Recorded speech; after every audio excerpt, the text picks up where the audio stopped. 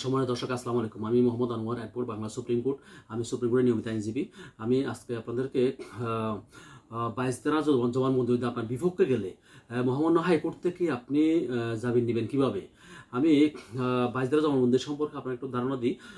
22 ধারা জবানবন্দি হচ্ছে, যদি কোনো একটা ছেলে কোনো একটা মেয়েকে যদি বিয়ের উদ্দেশ্যে নিয়ে যায়, অপহরণ করে নিয়ে যায়, এটা ফ্যামিলি যদি দাবি করে, তাহলে ঘটনাটা যদি এমন হয়, মানে কোনো একটা ছেলে কোনো একটা মেয়েকে অপহরণ করে নিয়ে গেছে, তার ইচ্ছার বিরুদ্ধে নিয়ে গেছে, অপহরণ করে নিয়ে গেছে, নিয়ে গিয়ে তাকে নির্যাতন করছে, হয়তো দর্শন করছে, দর্শন করার পরে তার ফ্যামিলি যদি তার বিরুদ্ধে মামলা করে, ছেলের বিরুদ্ধে মামলা করে, তাহলে পুলিশ অবশ্যই মামলা নিবে। নেওয়ার পরে ছেলেটা যদি অ্যারেস্ট হয়ে যায়, মেয়েটা যদি উদ্ধার হয়, তাহলে মাঝখানে এখানে মেয়েটাকে থানা কর্তৃপক্ষ কোর্টে পাঠাবে। কোর্টে পাঠানোর পরে মেয়েটাকে আলাদা একটা খাস কামরায় ম্যাজিস্ট্রেট জিজ্ঞেস করবে শুরু থেকে শেষ পর্যন্ত মেয়েটাকে যে মানে অপহরণ করে নিয়ে গেছে, এরপর কি ঘটনা ঘটছে, শুরু থেকে উদ্ধারের আগ পর্যন্ত কি কি ঘটনা ঘটছে সব কিছু জিজ্ঞেস করবেন ম্যাজিস্ট্রেট। বিচারক, বিজ্ঞ বিচারক জিজ্ঞেস করবে। জিজ্ঞেস করার পরে উনি আলাদা একটা জায়গায় নোট করবেন। নোট করে উনি সম্পূর্ণভাবে একদম পুঙ্খানুপুঙ্খ সব নোট করবেন। নোট করে উনি এটাকে নাম দেবেন 22 ধারা, ভিকটিমের 22 ধারা জবানবন্দি। এখন 22 ধারা জবানবন্দি যদি আপনার পক্ষে যায়, তাহলে আপনার জামিন পেতে কিন্তু সহজ হবে মোটামুটি। আর যদি 22 ধারা জবানবন্দি আপনার বিপক্ষে যায়, তাহলে কিন্তু আপনার জন্য অনেক কঠিন হবে। এখন প্রশ্ন হচ্ছে, ধরুন না ভিকটিম 18 বছরের নিচে, আপনি তাকে অপহরণ করছেন, অপহরণ করে তাকে নির্যাতন করছেন, নির্যাতন করে ধর্ষণ করছেন হয়তো, তাহলে এখানে অপরাধ করছে কয়টা? অপহরণ একটা অপরাধ, তারপরে তাকে ধর্ষণ করছে, এটা কিন্তু আরেকটা অপরাধ। তাহলে দুইটা অপরাধ কিন্তু যুক্ত হয়েছে। এখন আপনার ভিকটিম যদি বয়স 18 বছরের নিচে হয়, তাহলে কিন্তু আরো বেশি অপরাধ। এখন সে যদি 22 ধারা জবানবন্দি যদি আপনার বিপক্ষে যদি দেয়, সে আমাকে জোর করে অপহরণ করেছে এবং সে অপহরণ করার পরে সে আমাকে ধর্ষণ করেছে, এদেরও যদি অভিযোগ করে, বয়স কিন্তু 18 বছরের নিচে, তারপরে অপহরণ করছেন, তাকে আবার ধর্ষণ করছেন, এক্ষেত্রে যদি আপনি অ্যারেস্ট হয়ে যান এবং 22 ধারা জবানবন্দি যদি ধরে নিলাম থানা কর্তৃপক্ষ একজনকে আসামি করলো, একজনকে আসামি করে এফআইআরটা ফাটা দিল কোথায়? কোর্টে। যদি সে 22 ধারা জবানবন্দিতে যদি আরও কয়েকজনের নাম বলে, যাদের নাম বলবে সবাই কিন্তু আসামি হয়ে গেল। সেই 22 ধারা জবানবন্দি নিয়ে যাদের নাম বলবে সবাই, যদি এফআইআর এজাহারে যদি একজনের নাম থাকে, সেখানে যদি 22 ধারা জবানবন্দিতে আরও যদি কয়েকজনের নাম বলে, যাদের নাম বলছে সবাইকে কিন্তু অ্যারেস্ট করতে পারবে এই 22 ধারা জবানবন্দির ক্ষমতা বলে। তবে বুঝতে পারছেন 22 ধারা জবানবন্দির কিন্তু বিশাল একটা গুরুত্ব আছে। আচ্ছা, আমি যে এটা বলতে চাচ্ছি, 22 ধারা জবানবন্দি যদি আপনার বিপক্ষে যায়, তাহলে আপনি মহামান্য হাইকোর্ট থেকে কিভাবে জামিন নেবেন? তাহলে এখন আপনার প্রথমত যদি থানায় মামলা হয়, তাহলে সেই মামলাটা প্রথমে থানা থেকে ভিকটিম সহ, আপনি গ্রেফতার হলে আপনাকে সহ কোর্টে নিয়ে আসবে। কোর্টে নিয়ে আসার পরে আপনার 22 ধারা জবানবন্দি নিল ভিকটিম থেকে, তো মেয়ে থেকে। নেওয়ার পরে আপনি বিপক্ষে গেলে, আপনি যদি জামিন চান, আপনি একজন বিজ্ঞ আইনজীবীর কাছে যাবেন। আইনজীবীর কাছে গিয়ে আপনার জামিন চাইতে হবে, জামিন তো দিবে না। জামিন না দিলে তখন কি করবেন? আপনি ম্যাজিস্ট্রেট কোর্ট থেকে তখন মামলাটা নকল তুলে সবকিছু প্রসেসিং, যেভাবে প্রসেসিং আছে সবকিছু করে জজ করে নিয়ে গেলেন। ওইটাকে বলে সিআর মিস কেস, যেটা বলেন মিস কেস করে জজ করে গেলেন। জজ করে আপনার একটা তারিখ দিবে, একটা নাম্বার পড়বে, একটা তারিখ দিবে। সেই তারিখে আপনার যদি জামিন হয় তো ভালো কথা, আর যদি কোনো কারণে জামিন না হলে তখন সেটা আপনার সব মামলা কাগজপত্রগুলি নকল উঠাইয়ে, সার্টিফিকেট কপি বলে, সার্টিফিকেট কপি উঠাইয়ে মহামান্য হাইকোর্টে চলে যাবেন আপনারা। মহামান্য হাইকোর্টে যাওয়ার সিস্টেমটা কি?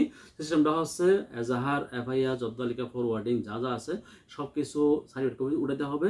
তারপর সম্ভব হলে 22 ধারা জবানবন্দি, তারপরে আপনি জজ করে জামিন চেয়েছেন, সেটা জামিন দিল না, সেইটার লাস্ট অর্ডারটা কিন্তু যেতে হবে হাইকোর্টে নিতে হবে। নিয়ে ওখানে একটা আপনি বিজ্ঞ আইনজীবীর কাছে গেলে মহামান্য হাইকোর্টে, সেই হাইকোর্টে আমিও নিয়মিত প্র্যাকটিস করি। যদি কারো প্রয়োজন হয় হাইকোর্টে যে কোনো বিষয়ে, মহামান্য হাইকোর্টের যে কোনো বিষয়ে, যে কোনো আইনি সহায়তার জন্য যদি কোনো প্রয়োজন হয়, আমাকে আপনার নিচে স্ক্রিনে নাম্বার আছে, ফোন দিতে পারেন। যাই হোক, এখন ওই জায়গায় তাহলে সার্টিফিকেট কপি সব কিছু নিয়ে একটা ইংলিশ একটা আর্টিকেল লিখতে হবে। আপনার কেন জামিন দিবে, কোন গ্রাউন্ডসে জামিন দিবে, আপনার পক্ষে কী কী গ্রাউন্ডস আছে জামিনের, উনি সব সুন্দর করে ইংলিশে এর একটা আর্টস রেডি করতে হবে। সে রেডি করে তারপরে সার্টিফিকেট কপিগুলি সব কিছু 3টা কপি করতে হবে, ফটোকপি। কেন করতে হবে 3টা কপি? পুরো ফাইলটা 3টা কপি কেন করতে হবে? একটা হচ্ছে ফার্স্ট জজ, না আরেকটা হবে ওইটা ফার্স্ট জজ, যেটা প্রথম জজ যিনি, ওনার কিন্তু সব অরিজিনাল কপি সার্টিফিকেট কপিগুলোই দিতে হবে। ওখান থেকে একটা ফটোকপি দিতে হবে সেকেন্ড জজের জন্য। তাহলে 2টা গেল 2 বিচারপতির জন্য। পরে আরেকটা কপি করতে হবে, সেটা সরকারের পক্ষ, যেটা অ্যাটর্নি জেনারেল অফিস, ওই অফিসের জন্য একটা কপি করতে হবে। আরেকটা কপি হবে যে লয়ার থাকবে আপনার, সেই লয়ারের জন্য একটা কপি। মোট 4টা কপি হবে। প্রথম জজের কাছে, ফার্স্ট জজের কাছে একটা কপি অরিজিনাল কপি, তার বাকি 3টা কিন্তু ফটোকপি। তাহলে এগুলি নিয়ে আমরা কি করলাম, একটা ফাইল রেডি করে এফিডেভিট করলাম। এফিডেভিট আসামির একজন পরিচিত কেউ ওখানে যেতে হবে, গিয়ে হাইকোর্টে যেতে হবে, হাইকোর্টে গিয়ে এটা এফিডেভিট করতে হবে। এফিডেভিটে গিয়ে এফিডেভিট যখন একটা টেন্ডার নাম্বার পড়ে যাবে, একটা নাম্বার পড়বে, সেই নাম্বার থেকে আপনার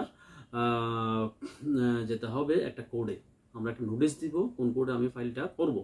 নোটিশ দিয়ে যে কোডে আমি ফাইল করব সেই কোডে ফাইলটা জমা দিব। জমা দেওয়ার পরে এখানে অনলাইনে আসবে, সিরিয়াল আসবে। যেদিন আপনার সিরিয়াল আসবে সেই দিনেই আপনার শুনানির সিরিয়াল সামনে আসবে, শুনানি হবে। শুনানিতে এবার দেখেন বাজদা জবানবন্দি কত গুরুত্বপূর্ণ। আমি বললাম এই যে অ্যানেক্স 16-তে কিছুদিন আগে অ্যানেক্স বিল্ডিং 16 নম্বর কোডে আমি একটা শুনানি করছিলাম, দর্শন মামলা। তো ওনারা বলতেছে যে বাজদা জবানবন্দি কোথায়, কিন্তু তখনও কিন্তু সার্জশিট আসে নাই। আর সার্জশিট না আসাতে বাজদা জবানবন্দি কিন্তু আমি এখান থেকে পাই নাই, এখান থেকে আমার নিয়ম নেই। সার্জশিট আসলে তখন বাজদা জবানবন্দি দেওয়ার নিয়ম আছে।